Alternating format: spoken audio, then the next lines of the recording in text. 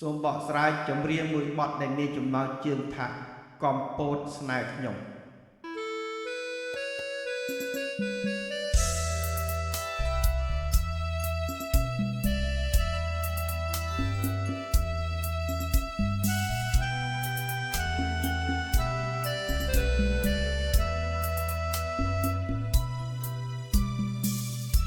អោខេតកំពតស្ថិតក្នុងចិត្តខ្ញុំជាសួនស្នេហ៍ដ៏អបដងតាទាញរូបខ្ញុំឲ្យលងជីវិត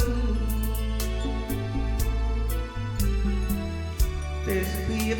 ទាំងឡាយចាត់ចាយប្រណិតគឺជាព្រេងម្សៅធម្មជាតិមកផាត់លៀបសម្រស់កំពត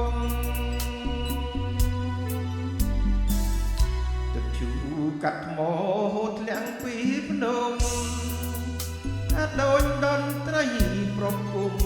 កំពុងលងលំអានិច្ចជនកំសត់បានជុំស្នេហ៍ហើយមិនគួរឡើយព្រាត់កំពតកពូលជីវិតមកខ្សែពិតក្បត់ទេថ្លៃតែឃើញឆ្នេរកែបយឹកលំរុនលេងសមុទ្រខ្លាចឆ្វេងលំនួនប្រឡែងកំសាន្តនឹងស្រីកាយមកក្លិនពិតចិត្តស្មងភាំងក្តីសូមពលឹងកែបំពួយទៅវៃទៅលាយកស្រីឲ្យបានវិហើចំការទុរេនភាំងក្តីនឹងប្រែងកំពតណាសាក់សីប្រាច់និស័យខ្ញុំនឹងកលញានទឹកសាបទឹកប្រៃហូរកាត់គ្នាបាន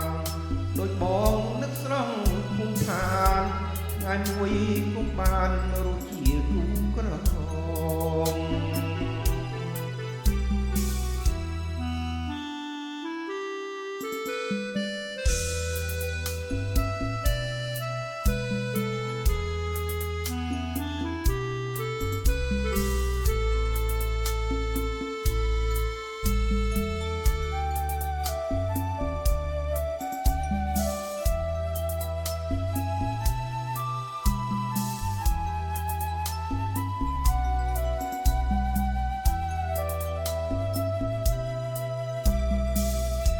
នឹកឃើញឆ្នេរកែបយើងលំរត់លេង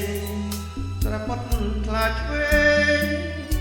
សត្វនូនប្រឡែងកំសាន្តនឹងស្រីកាយមកក្លៀតចិត្តស្មងពាំងក្តីសូមពលឹងកែកំពួយទៅវៃតែនិយាយយកស្រីឲ្យបាន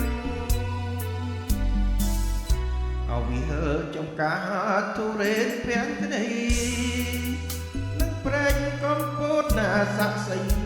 គុំដាច់និស័យខ្ញុំនឹងកលញានទឹកសាបទឹកប្រៃហូរកាត់គ្នាបានដូចបងនឹកត្រង់ភូមិឋានថ្ងៃមួយគុំបាននៅជាគូ